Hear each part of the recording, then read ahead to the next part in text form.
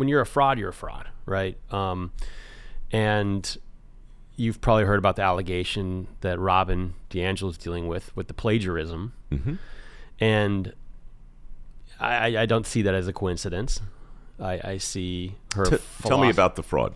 Tell me more about the plagiarism with her. Well, her doctoral dissertation, I believe, was plagiarized. She plagiarized 2, I think, Asian women, I think, that had been working on this topic and kind of come up with a lot of the. And if you read it side by side, I mean, it's clear as day plagiarism. So one of her most important works that put her on the scene was plagiarized, and I think it was the foundation of her work thereafter that she became very famous for. So these are not necessarily her ideas. I think she put her own spin on it as a white woman, as a guilty white woman, and she packaged it up nicely, and she was the first to really sell the idea. But I don't think these ideas were not hers originally. A lot of them, and so I mean, for an academic, I don't know. I thought plagiarism was a kind of a bad thing to hang around your neck if you're an academic. I thought that would be difficult to crawl out from nowadays. But we'll see. I mean, we've heard a lot of plagiarism nowadays, and people don't really seem to care. Well, it's just thievery. I mean, whether you're an academic or not, if you're a comedian, hearing somebody else use your jokes, that hurts. That's intellectual theft. It's true. You don't expect it from, the president of Harvard, and when you see it, you're like, what do you do? Like, the answer should be clear and present, but what if she's in the wrong category of people to punish for that sort of thing? Which clearly she was. Right. Claudine Gay was it? That's right. Right. Yeah. So it's just we don't know how to treat behavior. We don't know how to treat good or bad behavior. Two different standards seem to be at work all of the time. Yeah. 2 different kinds of justice, 2 different kinds of punishments. I don't know how this actually will hurt her. I mean, again, just reemphasize the point. These are accusations, so there hasn't been any real fallout yet. But when you look at it side by side, it's clear as day. But in her circles and the way we are in society, I just don't know if it'll hurt. I don't think this movie is going to hurt her. I don't want to give it away, but there's a moment in this movie where she does something on screen. You gasped in the theater. Yeah. Everybody in the theater gasps. Everybody in the theater gasped, and their jaws just fell in their laps, and we all made audible sounds. And it was like you put your hand over your mouth because you feel so uncomfortable about it. I was watching in an empty room and said, "Oh shit, no way!" out loud, backed it up, and watched it again because she does it. Yep.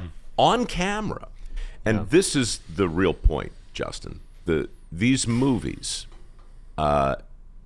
they take a lesson from candid camera in a way. Now, the cameras aren't hidden the way Alan Funt hid them. They're clearly there. Mm-hmm. But what it reveals is the people we want for neighbors, the people we want as friends, they behave the same way, whether the camera's there or not. And the people that you profile and the people that we meet, even the well-intended ones who are just trying to get better, they know they're being filmed. And that fascinates me. It's the Heisenberg principle. It's close to it. It's the uncertainty principle, and it basically posits that the business of observing a thing fundamentally changes the thing. Yeah, it is the uncertainty principle, the Heisenberg uncertainty principle, also known as Heisenberg's. I don't know what that word is. It's a fundamental concept in quantum mechanics. It states that there is a limit to the precision with which certain pairs of physical properties, such as position and momentum, can be simultaneously known. In other words, the more accurately one property the more accurately one property is measured, the less accurately the other property can be known. That doesn't That's right. sound- is That's that right? Yeah. Yeah. Yeah. Everything is connected. And you mess with those connections, both in physics and in social anthropology, when you emphasize or de-emphasize one. And the business of observation speaks to that emphasis or de-emphasis. And that's what your cameras do. Yeah. Sometimes they bring out a performance, and other times they reveal a truth. And real comedy and powerful documentaries and the moments that made us gasp that we were talking about, they were made possible by a revelation, not a performance. And that revelation was facilitated by a camera that wasn't candid, but right there. And so what Robin did, she had to do Yeah. because of the camera. Right. Right. She had to. Right. And that is the same dynamic it's that thumb you feel in the small of your back when you know you're being manipulated, when you're in a group and you've been asked a question and you don't want to be the bigot. You don't want to be the racist. And so the next thing you know, you're smiling. You're smiling at people you normally wouldn't smile at. You bear them no ill will, but you're just so. You've got a whole different way to act now. You know, is the panhandler that you're walking by white or black? Now suddenly it matters. You know, the white guy's like, you bum, beat it. You know, I'm not now. You're just going to take my money and go off, and you're clearly addicted to something. I'm not going to give you money. Oh, a different color? I'd hate to be seen by all these people standing around watching me as being uncaring to this poor person who's been so clearly disadvantaged by a long list of systemic things that are actually my fault. So here's $5. That's an amazing dynamic, and it's playing out everywhere. Well, thanks, and thanks for the education on the Heisenberg effect there. Uncertainty. I thought Heisenberg, wasn't that the name of Walter White's character in Breaking Bad? I wasn't am Heisenberg. Yeah, isn't that okay? Actually, Heisenberg. Not Burger. I'm the one who knocks. Remember that episode? Oh, that's truly one of the best written and best delivered lines in modern TV. Yeah.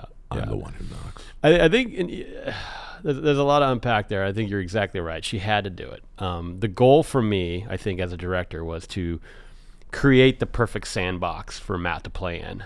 And that involves our crew. That involves our filming apparatus, if you will. You know, sort of an expensive recording device. I got a great crew. They're total pros. Love Ben.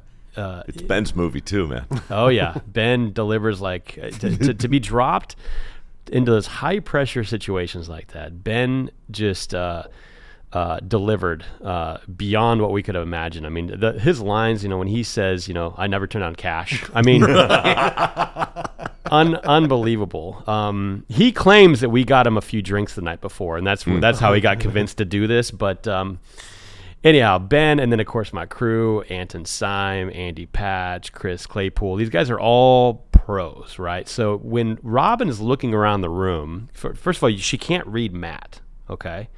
Matt doesn't give her anything. He is better at this than anybody I've ever seen. He should play poker for sure. Oh my gosh, he should just retire and play poker. You're right. But the next people that, you know, Robin or anybody else that we talk to will look at is the crew, because they would be the next tell. So Anton, Andy, Chris, our sound guy, our producers, you know, Kirby, Rebecca, whoever else is in the room, and everybody, total pros. So I guess I'm just lucky to have a crew like that, have professionals I work with, because that's interesting. It could all fall apart quickly if you don't have everything in order. So what kind of conversations did you have with the crew going in? How did you direct them? Well, we've been at it now for a little while. This is the same crew from What is a Woman. So we've been in some situations before that were a little hairy, if you will. We had congressmen walk out on us and other things like that. And if you look at the scene with the congressman in What is a Woman, the one that walks out on Matt when he asks the question, if you look at his eyes, the way he's looking around the room, we cut it a certain way and left it on him because we loved how he was searching the room. He was looking at his assistant the staffer in the corner. He's looking at me. He's looking at camera guys. How did I get here? He doesn't want to. Yeah, he's like, what? Who put me in this chair? Yeah. And who's to blame for that? And I doubt his staffer still works for him. But he's looking around the room with his eyes searching, like, okay, what? Get me out of here. Get me out of here now. And but again, credit my crew for hanging in there and just nothing. If you like what you heard, and even if you don't, won't you please, pretty please, subscribe. Well, I hate to beg and I hate to plead, but please, pretty